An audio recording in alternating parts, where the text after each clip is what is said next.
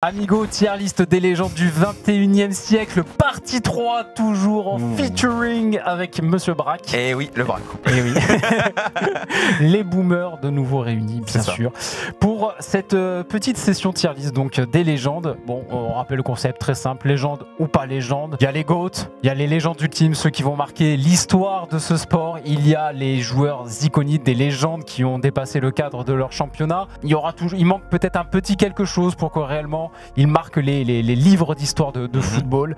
Et derrière, légendes sous-côté, légendes de championnat, légendes de club et pas légendes, ceux qui ont peut-être une renommée légèrement supérieure à ce qu'ils ont réellement accompli. Surcoté quoi. On peut dire ça. On peut dire ça avec tout le respect bien sûr. Oui, bien entendu. Allez, let's go.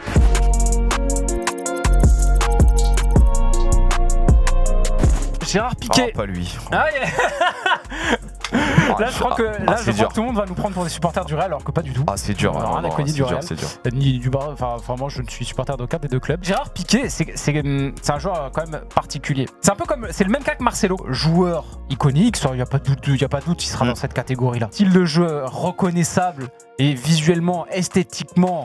Vraiment au-dessus. Oui, il a sa patte. Il a sa patte. Maintenant, il y a quand même une irrégularité dans son jeu, dans son niveau de performance tout au long de sa carrière, qui fait que pour moi, tu peux pas me dire que ce mec-là, c'est une légende ultime en tant que défenseur. Toi, tu le mets en joueur iconique, je pense d'instinct, mais moi, je le mettrais même plus bas encore. Ah ouais. Ah ouais. Je trouve que ce joueur est peut-être l'un des défenseurs les plus surcotés de l'histoire.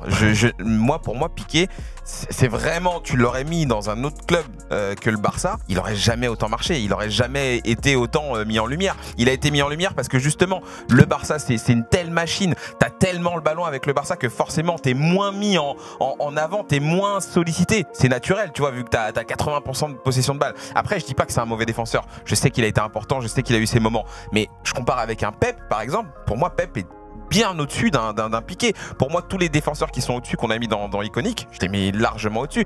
Il a certes ce côté très bon relanceur, très élégant, joueur intelligent aussi, mais je suis désolé, il y a zéro grinta, le mec tu lui dis tu fais ça et il le fera très bien, mais pour moi Piqué il me laisse un sentiment vraiment, je ne comprends pas, j'ai jamais compris la hype qu'il y avait autour de ce gars-là. Mais malgré tout, ça reste un joueur iconique. Ah mais c'est un joueur iconique mais parce qu'il a eu la chance de tomber, tu vois, vraiment, il a eu la chance de tomber au bon endroit au bon moment. Je pense qu'il aurait pas eu la même carrière dans un autre club. Je suis assez d'accord, mais l'histoire est telle qu'elle. Merci de le mettre bien en bas de liste des joueurs iconiques. Il y en a un qu'on va mettre très bas aussi là. Oula, Polo. Polo Pogba. Polo. Le gâchis est monumental, donc on va le mettre en super joueur, mais pas légende. Son incapacité à exprimer son plein potentiel sur une saison complète fait que tu ne peux pas le mettre à ce niveau-là. Son irrégularité tout au long de sa carrière. Tu veux le mettre légende de quel club? Tu veux le mettre légende de quel championnat? Zéro. Non, en fait, Pogba, c'est la frustration, c'est la déception. C'est les mots qui te viennent quand tu penses à Paul Pogba. Donc, tu peux le mettre que dans super joueur. Et même en légende sous-côté, tu pourrais pas le mettre parce que certes, il y a eu c'est pas une légende. Certes, il y a eu ce truc en Coupe du Monde où il a été extrêmement important. Du Monde 2018, quoi. Mais c'est son seul fait d'armes, Pogba. Si tu regardes bien toute sa carrière, c'est le seul truc qu'il a fait. Alors oh là là. Celui-là, on s'est déjà pris le saut sur Twitter, donc on sait déjà à quoi s'attendre. Moi, j'en ai déjà parlé il y a pas longtemps. J'avais fait un petit TikTok également là-dessus. Donc ceux qui me suivent sur TikTok, l'élite, bien sûr, c'est déjà ce que j'en pense. Zlatan Ibrahimovic n'est pas une légende du football. Mais pas du tout. En tout cas, pas une légende ultime. Oui. Pas une légende ultime. Pour moi, c'est un joueur iconique. Pour dire, quand j'ai créé la case joueur iconique, je l'ai créé pour Zlatan. Je savais d'entrée déjà qu'il lui fallait sa case. C'est Zlatan, forcément. Joueur avec un talent incroyable, qui a marqué énormément de buts, qui a gagné beaucoup de titres, qui a une aura incroyable. Aucun titre majeur, ne fait partie d'aucune grande épopée. Au final, il y a même ce truc où à chaque fois qu'il partait d'un club, l'année suivante, le club gagnait la Ligue des Champions. Tu vois? Ouais, c'est ça. Comme un karma, quoi, un petit peu. J'irais pas dire un flop, mais passage mitigé au Barça. Tu vois? Je peux pas dire que ce mec-là est une légende. Je sais qu'il y a beaucoup qui vont râler dans les commentaires, mais c'est pas une injure. Ce qu'on explique, c'est que Zlatan Ibrahimovic, oui, vous allez vous en souvenir comme d'une légende. Oui, parce qu'il vous a marqué par sa personnalité et en plus il a joué en France. Je sais qu'il y a beaucoup de supporters du PSG parmi vous. Il vous a marqué. Mais si on se place à l'échelle du football, il n'a pas les accomplissements nécessaires pour faire partie vraiment de cette caste absolument incroyable de joueurs qui ont absolument tout gagné. Ce n'est pas possible. Donc de la même manière qu'on a pu placer des Neymar, des Kaka en joueurs iconiques, on va faire ça pour Zlatan. C'est compliqué pour moi d'associer légende avec un mec en fait qui a pour fait d'armes juste des coups d'éclat. C'est je signe au Paris Saint-Germain, c'est je mets ce but incroyable avec la Suède contre l'Angleterre. D'ailleurs, je trouve que c'est quelqu'un qui a très bien géré le côté marketing de sa carrière. Ouais, S'il plaisante toutes les deux semaines à sortir des punchlines en disant moi je suis le meilleur, je suis le plus fort, je suis une légende, nanani nanana, c'est une manière aussi de vous le rentrer dans le crâne. Ça le rend mythique en fait. Ça le rend mythique parce qu'il a su très bien le faire. Ouais. Tu vois, il y a une communication, il s'est créé un personnage en plus de ses performances, bien sûr. Je n'oublie pas le niveau de performance et le talent. Non mais c'est un mec qui laisse pas indifférent, ça c'est sûr. Ça, plus que ce que son niveau de performance et d'accomplissement lui permet normalement. Sergio Ramos. Bon, alors ça va. Bon, on peut y aller. Ça va, hein. On y va tranquille. Ouais, légende ultime. Gentiment, ça doucement. va aller. Oui, je pense qu'on peut passer très vite. Il a marqué une époque, il a marqué une génération. Quelques petites failles défensives quand même. Moi, j'oublie pas. Quelques excès d'agressivité qui, bon, après, des fois étaient un peu inutiles. C'est la personnalité, ouais. Mais joueur. Ça fait partie du joueur. Et le niveau global est quand même absolument incroyable. Il fait partie des grands défenseurs de l'histoire. Certains considèrent comme le meilleur de l'histoire. Ouais, il y en a beaucoup. Coup, c'est non. Alors, on en revient à ce que je disais par rapport à Nesta, tu vois. Ouais. Nesta et Maldini. Ouais. Sergio Ramos, il y a un énorme storytelling. Et en plus, c'est quelqu'un qui marquait beaucoup de buts. Ouais. Tu vois, c'est son but contre l'Atlético dans les dernières minutes. Tout ça, ça rentre. Tu vois, ça marque. Ça marque. Si on parle d'analyse, si on parle de niveau de jeu, je trouve que Sergio Ramos est légèrement. Après, attention, je suis pas en train de dire que c'est une pipe, mais il est légèrement en dessous d'un mec comme Maldini ou d'un mec comme Nesta en termes défensifs. Ouais, défensivement parlant. Si on parle vraiment de défenseur. Après, Ramos, il y a une qualité aussi, il y a une qualité de relance, la capacité à marquer des buts, tout ça. Et peut-être un peu plus complet, peut-être. Mais j'attends d'un défenseur qui sache défendre avant tout. Tu vois ce que je veux dire? Il sait défendre. On va pas déconner, hein. Il sait défendre, mais ça sera toujours sur ça que je jugerai un joueur avant tout. Je vais pas valoriser un défenseur parce qu'il marque des buts. Oui, non, mais je comprends. Bon. Donc voilà. Ribéry. Robéry même. On pourrait les mettre les deux ensemble. On peut mettre les deux ensemble. Moi, j'ai envie de le mettre en joueur iconique. Ça me va très bien. Moi, le mec est passé pas loin d'un ballon d'or. Pas loin du ballon d'or. Il y a un palmarès, il y a un parcours, il y a une histoire. Kaiser Frank. Voilà. Il n'y a peut-être pas le niveau qui lui aurait permis d'être vraiment la méga star européenne, tu vois, comme on aurait pu le dire pour d'autres joueurs de ce calibre-là. Mais il est un petit cran juste en dessous. Voilà. Moi, pour moi, c'est clairement ça, c'est joueur iconique. Il n'y a pas photo. Et Robben, c'est un peu comme avec Gerrard et Lampard. J'ai du mal à les dissocier en fait. C'est un petit peu la même trajectoire, les deux. Donc, ouais. Ils sont. Non, mais c'est deux joueurs différents, bien sûr. Sur le parcours peut-être pas, mais effectivement, en tout cas en termes d'accomplissement, je pense qu'ils ont marqué à peu près, l'époque à peu près de la même manière. Roberto Carlos. Alors, en fait, j'ai longtemps vécu avec l'idée que c'était le meilleur latéral gauche de l'histoire. On pouvait pas me l'enlever de la tête, c'était impossible. Ah, moi je suis très fan. Et puis Marcelo est arrivé. Et là, on a commencé à me faire comprendre, enfin, on a essayé de me faire comprendre que, en fait, Marcelo c'était bien plus fort que Roberto Carlos finalement. J'irais même plus loin. Je pense qu'en fait, on peut faire les mêmes reproches aux deux.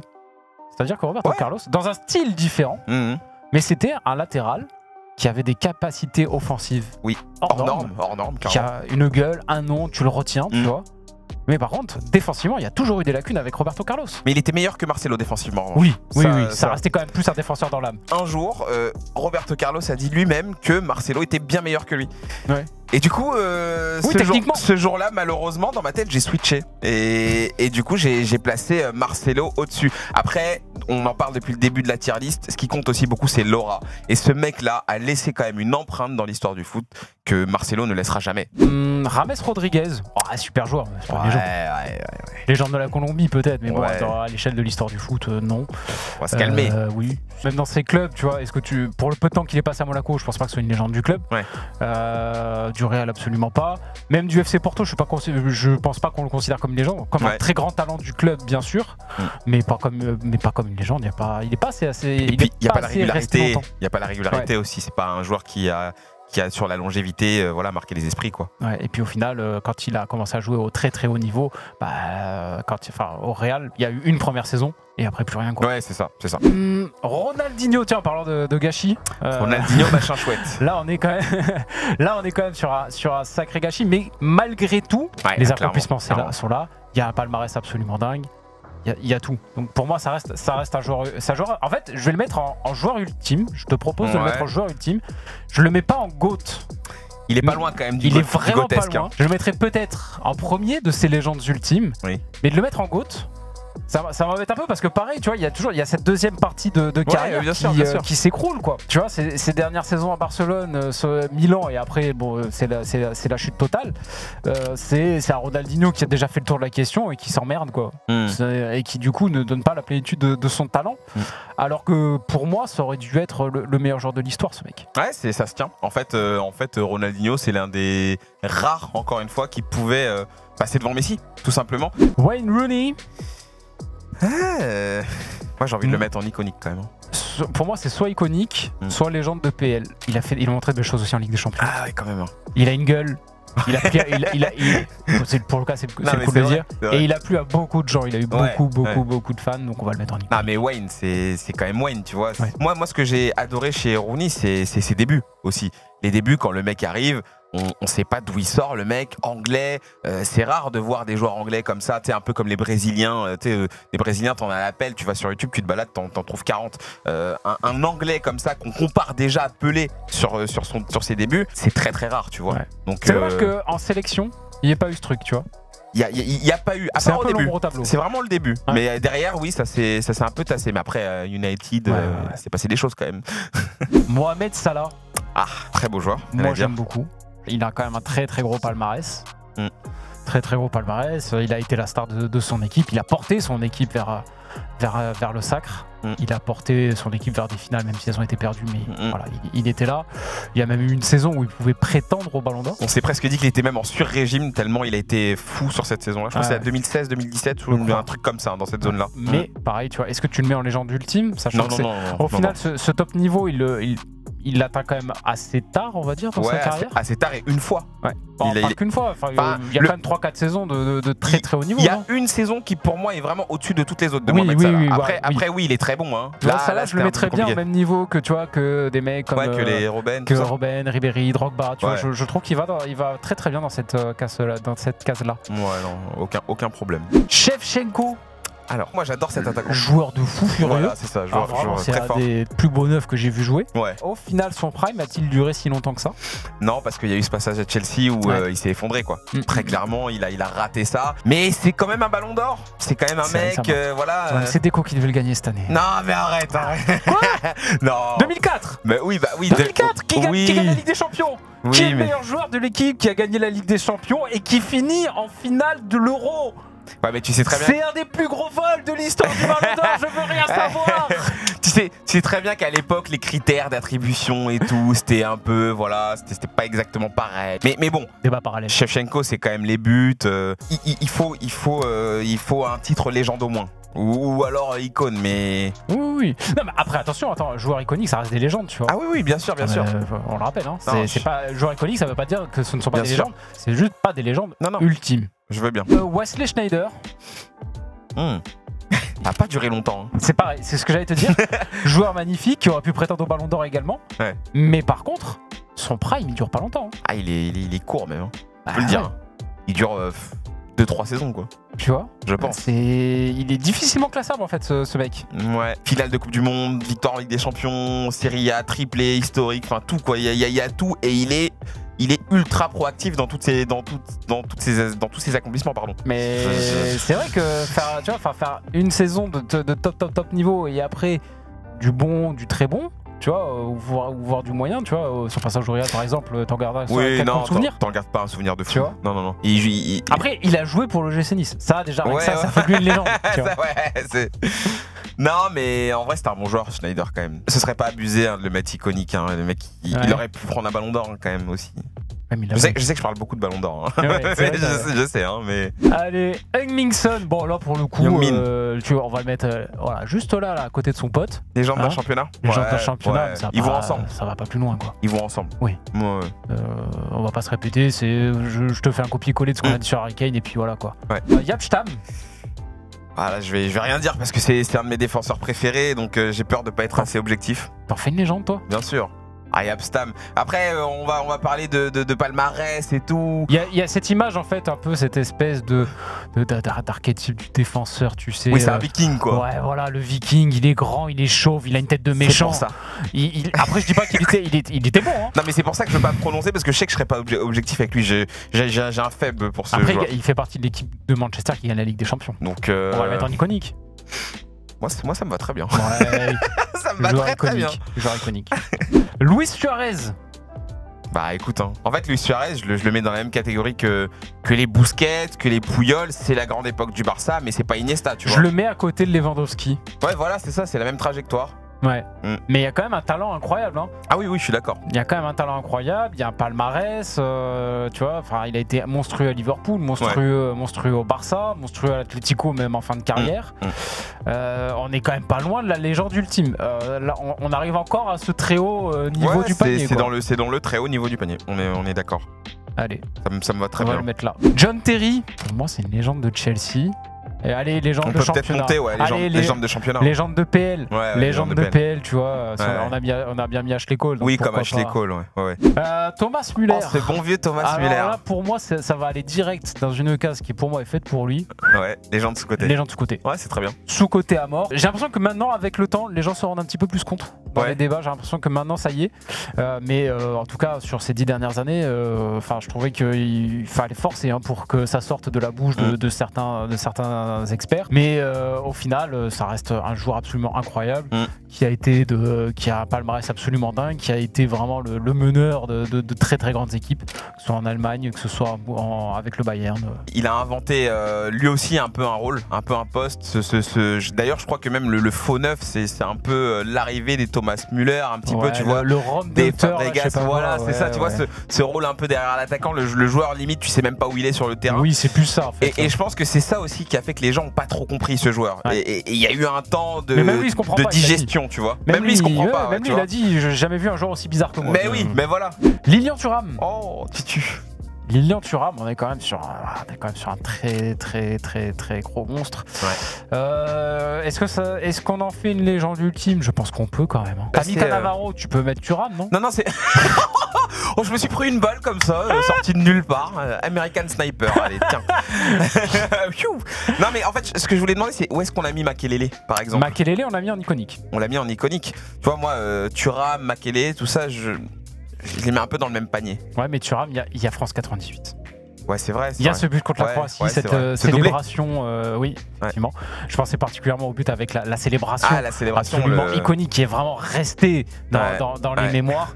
Je pense que Lilian Thuram a quand même une aura supérieure, un palmarès et un CV aussi.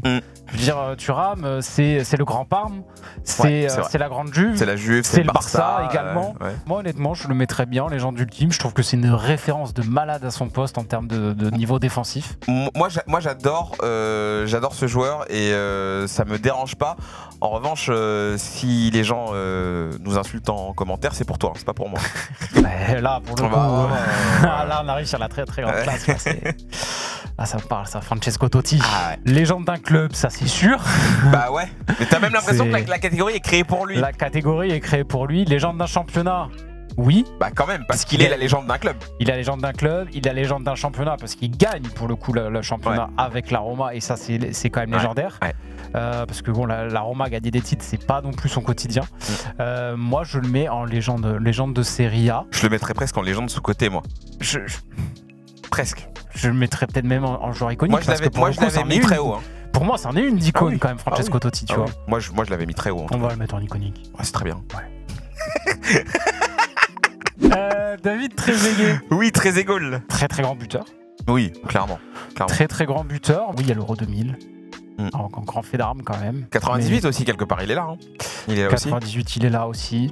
Mais c'est surtout l'Euro. T'associes surtout Trezeguet à l'Euro 2000. Bien sûr, pour son but. Est-ce que tu mettrais Trezeguet au même niveau que des Luis Suarez, des Lewandowski, tu vois, ces mecs-là?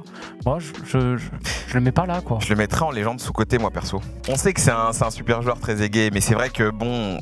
Il y avait ce côté, je ne suis qu'un finisseur qui joue en sa défaveur. Ouais, c'est.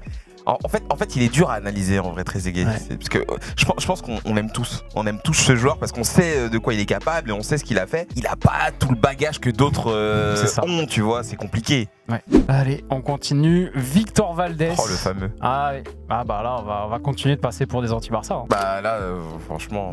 Pour moi, c'est pas une légende. Hein. Mais j'ai rien vu, moi, en fait. C'est pas une légende. C'était pas un mauvais gardien. Oui, on voilà, a vu ce débat aussi dans hors-jeu, mais c'était quand même un gardien qui avait énormément de lacunes. Oui. Qui pouvait passer dans un très grand Barça, qui était ultra dominateur, qui jouait très haut sur le terrain, où les équipes en face avaient très peu d'occasions. Dès qu'il a quitté le cocon Barça, on a vu que ça devenait très compliqué pour lui. Oui, il a fait partie d'une équipe de légende, mais pour moi, son niveau n'est pas légendaire. Non. Edwin van der Sar. Ah, là c'est autre chose. Là c'est autre chose. Pour le coup, gardien voilà, qui a pas beaucoup de charisme, pas beaucoup d'aura, qui avait un type de jeu pas très spectaculaire. Gardien très sobre, mais par contre efficace. Très talentueux aussi quand même. Oui, très bon gardien, mais tu le places où quoi? J'ai du mal à me dire que Edwin van der Sar c'est vraiment une légende de ce sport. Quoi. Non, mais il a quand même laissé une trace, quoi. Tu vois, les gens se souviennent de ce mec-là. Il arrive assez tard à Manchester United. Ouais. Donc, mais il est dur à Manchester United. Il y passe quand même un bon bout de temps, tu vois. Et ça, je trouve que ça joue. D'ailleurs, il gagne la Ligue des Champions avec United, non? L'année, voilà, tu vois. Moi, je pense quand même que ce mec-là, peut-être légende sous-côté, par exemple. Ou légende d'un club. Ouais, mais il y a eu l'Ajax aussi, tu vois. Enfin... Ouais. Légende sous-côté, tu vois ce que je veux dire? Ouais, légende sous-côté, je vois bien. Peut-être qu'on va pas lui donner plus. Ouais. Mais il est peut-être au milieu. Ouais, je suis d'accord. Virgil van Dijk. Oula, alors là, lui, il est tellement clivant, ce mec, que j'ose pas y aller, là, vraiment. En fait, le problème, c'est que Virgil van Dijk, là, il est dans une mauvaise période. Ouais. Donc quand on va dire du bien, les gens vont dire n'importe quoi. Parce que on est très souvent dans la culture de l'instant. Moi, j'oublie pas ce qu'il a montré avec Liverpool. Pour moi, il a montré un niveau grotesque. Ouais, je suis d'accord. Je veux dire, moi, je me souviens au début de ma chaîne, j'avais fait une vidéo quand il était vraiment à son prime. Pour moi, c'était parmi les meilleurs défenseurs que j'avais jamais vus. Grande science défensive, une grande capacité physique, de la vitesse, mais aussi l'intelligence de jeu et la lecture défensive pour aller anticiper. Tu vois, la plupart des défenseurs attendent d'avoir 35 ans et de plus avoir de vitesse pour se dire tiens, si je jouais sur l'anticipation, lui il le fait depuis le début. Ah ouais, non, je suis d'accord. Van Dijk, pour moi, ça fait partie des joueurs iconiques. Ça reste quand même incroyable. Enfin, le niveau pur qu'il a eu sur ces saisons-là avec Liverpool, je trouve ça fou. Robin van Persie. Ah, c'est des joueurs un peu spectaculaires, ça, tu vois. Ouais, très beau joueur. Ouais, Robin très van beau Persie. joueur à avoir joué. Légende d'Arsenal, oui. Ouais, ça c'est mais sûr. il gâche un peu son histoire en partant à Manchester United. Bah complètement. Il y a ça aussi quoi. Bah, c'est comme si son passage à United éclipsait celui d'Arsenal. Ouais. Alors que moi, franchement, quand tu me dis Van Persie, je pense Arsenal tout de suite. Automatiquement. Moi, Van Persie, je le mettrais bien en légende de première ligue. D'un championnat, ouais. Parce qu'au final, en Ligue des Champions, j'ai pas de grands souvenirs de Robin Van Persie au final. Il y a rien eu en fait. Pour moi, ça reste dans le cadre de la première ligue et de l'Eredivisie bien sûr, mais ça reste dans le cadre de la première ligue. Non, ça me va très bien. C'est très bien. Raphaël Varane, on l'a déjà un petit peu taillé c'est vrai tout à qu'on en a l'heure. parlé. Varane, moi, je l'associe un peu à Griezmann. C'est un peu la même chose, je trouve, ces mecs-là. C'est-à-dire que c'est des mecs très forts, je trouve, intrinsèquement. Mais l'aura, c'est proche du niveau de la mer, quoi. Ouais, c'est encore pire que Griezmann à ce niveau-là. Pas dire juste légende d'un championnat, sauf qu'il y a l'équipe de France. Donc on va le mettre en iconique. Il le mérite quand même. Il le mérite. Il a quand même gagné beaucoup. Joueur iconique, légende, parce qu'on s'en souviendra quand même longtemps, je pense, dans l'histoire du football français, il n'y a pas de problème. Il n'a pas tout donné en fait. Il y avait un potentiel, tu vois. C'est pareil, un peu comme on le disait tout à l'heure pour Van Dijk, tu vois. Il y a comme une intelligence dans sa manière de défendre. Il y a le physique, il y a une belle pointe de vitesse également. Mais il y a toujours eu cette presque gentillesse dans sa manière de jouer. C'est ça. Ce côté, j'ai pas envie de trop me faire mal non plus, pas assez agressif, tu vois, je veux rester bien propre sur moi tout le temps, j'ai l'impression, tu vois. Élève modèle quoi, tu vois, mais trop modèle. Tant qu'il y avait Papa Ramos à côté, ça allait. Depuis qu'il est plus là. Il a beaucoup souffert de ça. Ouais, mais au final, ça s'est confirmé. Ouais, c'est vrai. Une fois Ramos parti, tu vois, regarde Benzema, quand Ronaldo est parti, il a montré qui il était. Ah oui. Varane, quand Ramos est parti, il n'y a plus rien, presque. Bon, ça va un peu mieux cette saison. Arturo Vidal. C'est pas une légende. Ouais, je sais même pas en fait. C'est pareil, c'est les inclassables. C'est un très bon joueur. Il a montré de très belles choses à Barcelone, à la Juve, même au Bayern, mais c'est pas une légende. Non. Super joueur. Joueur qui a été certainement apprécié partout où il est passé, mais pas une légende. Patoche. Alors qu'est-ce qu'on fait de lui? Vieira. Et bon, légende d'Arsenal, non pas ça c'est sûr, ça c'est sûr. Ouais. Légende de PL, je pense que c'est vraiment, tu regardes, souvent je regarde des émissions avec tous les joueurs de l'époque qui sont devenus consultants, même Roy Keane qui détestait Patrick Vieira, il se fightait tout le temps. Aujourd'hui, quand il en parle, il te dit l'admiration qu'il avait pour le joueur que c'était, parce que vraiment il avait ce niveau physique absolument délirant, mais couplé à un niveau technique également délirant. Bien sûr. On est quand même sur un milieu de terrain assez incroyable. Patrick Vieira, c'est un petit peu le pendant, tu choisis le sens, mais de Yaya Touré, c'est la même chose. C'est des mecs physiquement qui sont incroyables, c'est des baobabs, les mecs, et pourtant avec le ballon ils font ce qu'ils veulent, quoi. Tu vois. Je mettrais quand même oui, je le mets Vieira, un ton plus haut moi aussi. Un ton plus haut car plus régulier au très haut niveau. Bobo Vieri.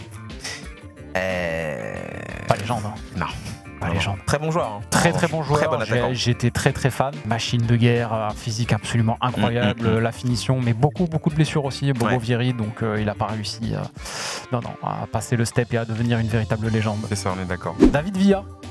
C'est peut-être tu vois, pour le coup, l'antithèse de Vieri, lui. Je le mettrais presque en légende sous-côté, moi, David Villa. Ouais, tu trouves? Est-ce que c'est pas... C'est un joueur, je trouve que c'est un joueur magnifique, qui a été très important dans le Barça, et au final, quand tu parles du Grand Barça, tu reviens très rarement sur le rôle de David Villa, alors que pourtant, il était quand même assez essentiel dans la ligne d'attaque. Bah, il a compté quand même pas mal. Hein. C'est ça. Assez Après, essentiel, forcément, quoi. Tu passes derrière Messi, Iniesta, Xavi, forcément, c'est compliqué d'exister médiatiquement. Mais pour moi, il était au niveau. Il fait partie d'une équipe légendaire. Il a été très régulier également, à très haut niveau. Moi, je le mettrais bien en légende sous côté, perso. Hein. Le passage à Valence, ça marquait beaucoup de buts. Au Barça, ça marquait quand même tout le temps. Le mec était un des attaquants les plus fiables que tu aies eu. Avec l'Espagne, ça marquait pas mal aussi. C'est vrai. C'est pour ça que je fais attention avec David Villa. Je suis la petite voix, tu sais, je suis le petit diable dans ta tête là qui essaye d'être. T'as raison, on est là pour réfléchir aussi. Mais je dirais que David Villa, justement, il y a un côté sous-côté. D'accord. Tu vois, dans l'appréciation, j'ai l'impression que c'est plus ça en fait. Ça lui va mieux en fait. C'est pas tant qu'il est en dessous. Oui, je vois. Mais dans l'appréciation, il est en dessous. Tu vois ce que je veux dire, mais pas par son niveau. Xabi Alonso. Alors.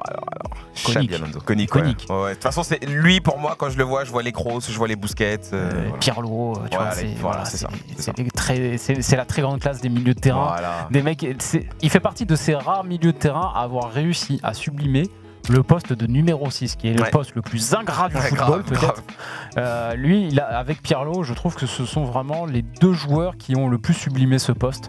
Et puis voilà, il y a un CV incroyable. Real, Liverpool, Bayern, palmarès incroyable. Est-ce qu'on pourrait pas le mettre en légende ultime même? Ah ouais, mais non, mais attention, il y a quand même des Busquets, c'est vrai. Si on a des Kroos, des Makelele. Ouais, tu vois. Je suis d'accord.